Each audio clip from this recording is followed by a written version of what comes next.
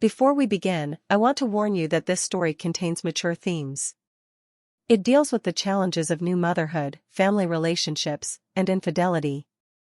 If these topics make you uncomfortable, you might want to stop watching now. I'm Braylee Shepherd. I'm 42 years old, and I guess you could say my life is unconventional. If you had told me 10 years ago that this is where I'd end up, I probably would have laughed in your face. But here I am, sitting in my kitchen, staring at a half-empty cup of coffee, trying to make sense of everything that's happened. It's been just me and my son, Maximus, for the last 8 years. Ever since the divorce, it's felt like the two of us against the world. He was only 10 when his dad walked out. He didn't cry, not in front of me, at least. But I could see it in his eyes, the way he'd sit by the window and wait, like maybe today his dad would come back. Of course, he never did. I made a promise to myself back then. I swore I'd do whatever it took to make Maximus feel like he still had a family, even if it was just the two of us. And for a while, I think I managed to hold things together. He was such a sweet kid, kind, quiet, always trying to help me around the house. But as he got older, things started to change. He started to change. And, if I'm being honest, so did I. Maximus turned 18 this year. He's not a kid anymore, but sometimes I think he's still trying to figure out what it means to be a man. He's always been a little reserved. He doesn't go out much, doesn't really have close friends. I've tried to talk to him about it, but he just shrugs it off, says he's fine. I know he's not fine, though. A mother always knows. About a month ago, he came to me with something I never expected. Something I wasn't ready to hear. He told me he'd been using my things. My underwear. At first, I didn't understand what he meant, and when I did, I felt like the ground had been ripped out from under me. I wanted to yell, to scream, to demand what the hell he was thinking. But I didn't. He looked so ashamed, so embarrassed, sitting there with his head down, unable to meet my eyes. And in that moment, I realized something. This wasn't just about what he'd done. This was about what he was feeling, about what he couldn't say. He wasn't some pervert or some monster, he was my son. And he was struggling. Struggling with feelings he didn't understand, with urges he couldn't control. And I couldn't bring myself to make him feel worse than he already did. So, I made a choice. I made a deal with him. I told him he could do what he needed to do, but there would be rules. He could relieve himself, but he had to do it in front of me. That way, I could make sure he was safe, that he wasn't crossing any more lines. In exchange, I told him I'd bring whoever I wanted into the house without him questioning or judging me. It wasn't a perfect solution, but it was the only one I could think of in the moment. Since then, things have been different. Maximus seems more relaxed now, less on edge. He still doesn't talk much, but he doesn't avoid me like he used to. And me? Well, I've started to realize that this arrangement isn't just for him. It's for me, too. It gives me the freedom I've been craving for years, the freedom to live my life without feeling like I have to tiptoe around him. Sometimes, late at night, I sit up and wonder if I made the right choice. I wonder what people would think if they knew. Would they call me a bad mother? A failure? Maybe they would. But they don't know Maximus. They don't know what it's like to see your child hurting and not know how to fix it. They don't know what it's like to feel like you're barely holding everything together, just trying to keep from falling apart. I don't know what the future holds for us. I don't know if this arrangement will work long term, or if it's just a ticking time bomb waiting to go off. But for now, this is our life. This is what we've chosen. And as messy and complicated as it is, I'm doing the best I can. For him. For both of us. If you're still with me, don't forget to like this video, share your thoughts in the comments, and subscribe for more stories like this. Trust me, there's so much more to uncover. The deal wasn't something I planned. It wasn't something I thought through. It just happened. One moment, I was sitting there, trying to figure out how to talk to Maximus about what he'd told me, and the next, The words were spilling out of my mouth like they had a mind of their own. "You can keep doing it," I said. "But I need some things in return." He looked at me like I'd just spoken in another language. His face went pale, his hands clenched into fists on the kitchen table. For a second, I thought he was going to get up and walk out. Maybe I wanted him to. Maybe I was hoping he'd say no, that he'd tell me I was crazy and storm out of the room. But he didn't. He just sat there, staring at me, his mouth opening and closing like he didn't know what to say. "What do you mean?" he finally asked. His voice was shaky, quiet. Like he wasn't sure if he really wanted to know the answer. I took a deep breath. "I mean, you can keep doing it, but only in front of me. And in return, I get to live my life the way I want. I get to bring people into the house without you saying anything about it. No judgment, no questions. We both get what we need. Okay?" There was a long silence after that. Maximus didn't say a word. He just stared at me, his brow furrowed, his lips pressed into a thin line. I could tell he was trying to process what I'd just said, trying to make sense of it. I was doing the same thing. The words were out there now, hanging in the air between us, and I couldn't take them back. Not that I was sure I wanted to. Finally, he nodded. Just a little, barely enough to notice. "Okay," he said, his voice so soft I almost didn't hear it. "If that's what you want." And that was it. That was the deal. The first time it happened, I thought I was going to throw up. I sat on the edge of my bed, my heart pounding in my chest, my palms sweating. I told myself this was what he needed. That it was better than the alternative. That I was doing this for him.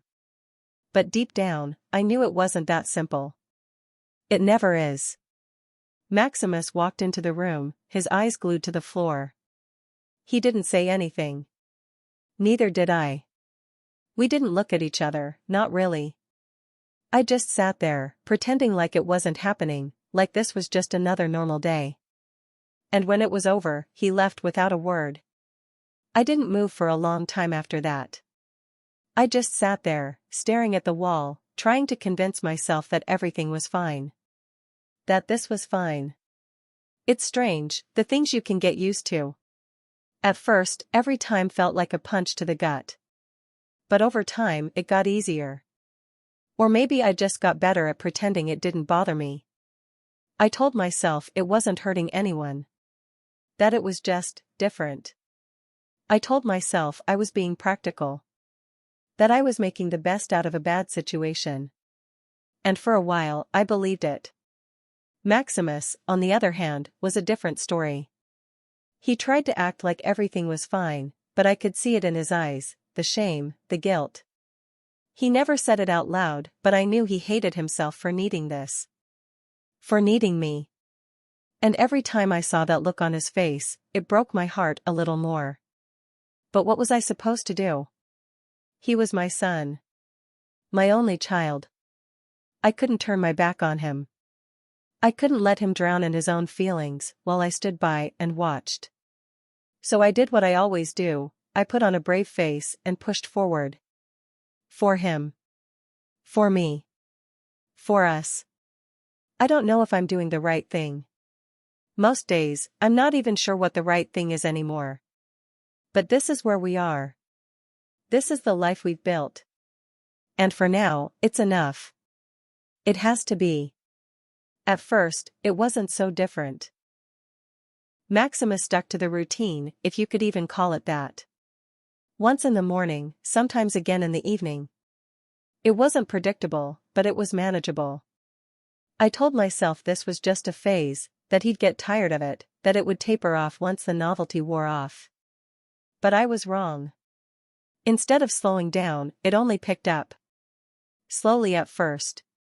A morning turned into an afternoon, and then into a night. Then 2 mornings back to back. I started noticing how quickly the hours in the day began to revolve around this arrangement. There were fewer stretches of normalcy, fewer moments when the air in the house didn't feel heavy with what we'd agreed to. I tried to ignore it, to push it to the back of my mind, but it was always there, lingering like a shadow. The first time I felt uneasy about it, I was in the middle of folding laundry. Maximus walked in without saying a word, his expression tense, his body language stiff. I knew what he wanted before he even said anything. I put the clothes down and sat on the edge of the couch, waiting for him to finish. But something was different this time. He didn't just leave when it was over. He lingered, looking at me like he was trying to say something but couldn't find the words. I felt my stomach tighten, the weight of the moment pressing down on me like a stone. "You okay?" I asked, my voice softer than I intended. He nodded, but I could see it in his eyes. This wasn't about relief anymore. It was something more. That night, I couldn't sleep. I stared at the ceiling, replaying the day over and over in my mind. I told myself not to overthink it, that I was imagining things. But deep down, I knew better. This wasn't just a way for him to cope anymore. It was something he was starting to need, something he was beginning to rely on. And the scariest part was, I wasn't sure how to stop it. In the days that followed, Maximus's behavior shifted even more.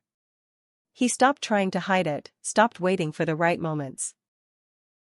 It was like he didn't care about boundaries anymore, like the deal we'd made was a free pass to do whatever he wanted, whenever he wanted. And maybe it was. I had given him the freedom to do this, hadn't I? The first time I teased him, it was an accident. I was in the kitchen, making dinner, when he walked in. I could feel him watching me as I moved around, his eyes following my every step. I don't know why I did it. Maybe I wanted to break the tension, or maybe I was testing him, seeing how far he'd go. But without thinking, I slipped my jacket off, letting it fall onto the counter. His breath hitched, and I turned to face him, a small smile tugging at the corner of my mouth. "Something wrong?" I asked, pretending not to notice the way his cheeks flushed. He didn't answer. He just turned and left the room, but I could feel the weight of his gaze lingering even after he was gone. After that, it became a game. I'd pull my hair up, let my shirt right up just a little too high, leave my jeans unbuttoned a little too long. Nothing explicit, nothing overt. Just enough to make him squirm, to make him hesitate before turning away. It gave me a strange sense of control, a power I hadn't felt in years. And I hated how much I liked it. But with every passing day, the line between us blurred a little more. He started seeking me out more often, finding excuses to be near me even when he didn't need to be. And I let him. I told myself it was harmless, that it didn't mean anything. But the truth was, I wasn't sure what it meant anymore. I wasn't sure of anything anymore. There was a moment, late one evening, when it all came to a head. Maximus was sitting across from me in the living room, his eyes fixed on me as I read a book. The air was thick with unspoken tension, the kind that made your skin prickle and your heart race. I looked up at him, meeting his gaze, and for the first time I didn't look away. Neither did he. The silence stretched between us, heavy and suffocating, until I finally cleared my throat and stood up. "I'm going to bed," I said, my voice barely above a whisper. He nodded, but I could feel his eyes on me as I walked away. I don't know how we got here. I don't know how I let it get this far. But here we are, caught in a cycle I'm not sure how to break. And as much as I want to believe I'm still in control, I can't shake the feeling that I've already lost it. It wasn't until Enrique Franklin entered our lives that everything began to unravel.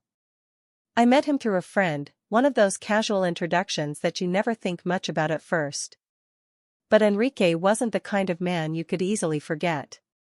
He was charming in a way that felt effortless, like he didn't have to try to make you smile. He had this laugh that filled a room, warm and disarming, and he made me feel lighter. Like maybe, for the first time in years, I could let my guard down. Enrique started coming over more often. At first, it was just for dinner or a drink on the back porch. But soon, he was staying later, lingering in the living room after Maximus had retreated to his room. And then, one night, he didn't leave at all. I didn't try to hide it from Maximus. That wasn't part of our deal, after all. Still, I couldn't ignore the look on his face the next morning when he saw Enrique sitting at the kitchen table, sipping coffee like he'd been there for years. It was subtle, but I knew my son well enough to recognize the tension in his jaw, the way his hands tightened around his plate just a little too hard. At first, Maximus didn't say anything. He just watched from the edges, quiet and sullen. But as the weeks went by and Enrique's presence in our house became more frequent, his silence turned into something sharper. He started snapping at me over little things, forgotten errands, mismatched socks, trivial annoyances that seemed to take on a life of their own. I tried to brush it off, telling myself it was just his way of adjusting. But the truth was, I could feel the resentment growing between us, thick and heavy like a storm waiting to break. One evening, as Enrique and I sat on the couch laughing over something silly, Maximus walked into the room. He didn't say anything at first, just stood there watching us with an expression I couldn't quite place. When I looked up and met his eyes, I saw it. The hurt, the anger, the confusion that had been bubbling beneath the surface for weeks. Before I could say anything, he spoke, his voice low and trembling. "Do you even care anymore?" he said, his words cutting through the air like a knife. Enrique looked at me, startled, but I didn't take my eyes off Maximus. "What are you talking about?" I asked, my voice steady even though my heart was racing. He took a step closer, his fists clenched at his sides. "You don't care about me. About us. About what we're doing, has done to me." The room went silent. Even Enrique didn't dare to move. I stood up slowly, my chest tight as I searched Maximus's face for some kind of explanation. "Maximus, that's not true," I said softly. "Of course, I care about you. Everything I've done, everything I've been doing, is for you." "For me?" he shot back, his voice rising. "How is any of this for me? You let this guy waltz into our lives like it's nothing. You sit there and laugh with him like I don't even exist." I felt the air leave my lungs, his words hitting me harder than I expected. "Maximus," I said, reaching out to him, but he pulled away before I could touch him. "I didn't know you felt this way." "Of course you didn't," he said bitterly. "You're too busy with your freedom or whatever it is you think this is. Do you even see me anymore? Or am I just convenient?" The silence that followed was deafening. Enrique shifted uncomfortably on the couch, muttering something about giving us space, before slipping out the door. I barely noticed. All I could see was my son standing there, trembling with emotions I'd ignored for far too long. That night, after Maximus stormed off to his room, I sat alone in the living room, staring at the empty coffee cup Enrique had left behind. His words kept replaying in my head, over and over, each one cutting a little deeper than the last. He was right. I hadn't been thinking about him, not really. I'd been so focused on trying to make this situation work, on convincing myself that everything was fine, that I hadn't stopped to think about what it was doing to him. And for the first time in a long time, I felt the full weight of my choices. The deal I'd made with Maximus, the boundaries we'd crossed, the lines we'd blurred, it wasn't just about us anymore. It was about what we were becoming, and the damage we were leaving in our wake. I didn't sleep that night. I just sat there, staring at the door, wondering if there was still a way to fix this. Or if it was already too late. The day after our argument, the house was unnervingly quiet. Maximus stayed in his room, the door closed and the air heavy with unspoken tension. I sat at the kitchen table, staring at my coffee, the steam curling up like a fog, clouding my thoughts. I couldn't ignore it anymore, I had to do something. Whatever this was, whatever we had turned our relationship into, it couldn't go on like this. Not for him. Not for me. Later that afternoon, I knocked on his door. There was no answer at first, but I waited, pressing my forehead against the wooden frame. "Maximus, please. I need to talk to you," I said softly. Finally, the door creaked open, and he stood there, his face guarded and his eyes rimmed with exhaustion. "I'm sorry," I said, my voice trembling. "For everything. For not seeing how much this has hurt you. For letting things get this far. I was wrong. His expression didn't soften immediately, but he stepped aside to let me in. I sat on the edge of his bed while he leaned against the wall, arms crossed over his chest. We need help, I admitted. Both of us. I can't keep pretending like I know what I'm doing, and I can't let us keep going down this path. I've already made too many mistakes, but I want to try to fix them. If you'll let me. Maximus didn't say much at first. He just nodded, his gaze fixed on the floor. But a few days later, we were sitting in a small office across from Rafael Cabrera, a family therapist I'd found online. Rafael was a kind man, his demeanor calm and steady in a way that made you feel safe, even when you didn't want to talk. And at first, neither of us did. We sat in silence, the weight of our story too much to put into words. But Rafael had a way of breaking through that silence, asking questions that didn't feel like prying, but like invitations. Slowly, Maximus began to open up. He talked about the loneliness he'd felt since the divorce, the confusion he carried about our arrangement, and the resentment that had been building inside him. I listened, tears streaming down my face as I heard him put words to feelings I'd ignored for far too long. In the weeks that followed, therapy became a part of our routine. It wasn't easy. There were days when we left the office more drained than when we arrived, days when I questioned if we were really making progress. But bit by bit, the walls between us began to come down. Raphael helped us set boundaries, real boundaries this time. I told Maximus that our deal was over, that it had been a mistake, and that we needed to start fresh. At first, he struggled to adjust. There were moments when I caught him retreating to old habits, his frustration boiling over into anger or tears. But with Raphael's guidance, we found healthier ways to cope. Maximus started journaling, something I never thought he'd try, and even joined a local martial arts class, where he found an outlet for his emotions. Slowly, I saw him change. He stood a little taller, spoke a little more confidently, and began spending more time out of the house, building connections that weren't tethered to me. For me, the hardest part was facing myself, really facing myself. Therapy forced me to confront the choices I'd made, the ways I'd let my own fears and insecurities dictate my relationship with Maximus. I'd spent so much time trying to hold on to him, to fill the void left by the divorce, that I hadn't seen how it was suffocating us both. Letting go of that control, learning to trust that he could stand on his own, was one of the hardest things I've ever done. One evening, months after our first therapy session, Maximus and I were sitting on the porch, watching the sun dip below the horizon. He looked over at me and said, "Thanks, Mom. For everything." It wasn't much, but it was enough. I reached over and squeezed his hand, the kind of simple gesture that spoke volumes without needing words. We're still figuring things out. Healing isn't a straight line, it's messy and complicated and full of setbacks. But for the first time in a long time, I feel hopeful. Maximus is finding his way, and so am I. And while we may never fully erase the mistakes we've made, we're learning how to move forward. Together. Life doesn't come with a manual, and if it did, I probably would have thrown mine out a long time ago. Maximus and I have been through more than I ever imagined we could handle, but somehow, we're still here. Still trying. Still learning. The house feels different now. Lighter, maybe.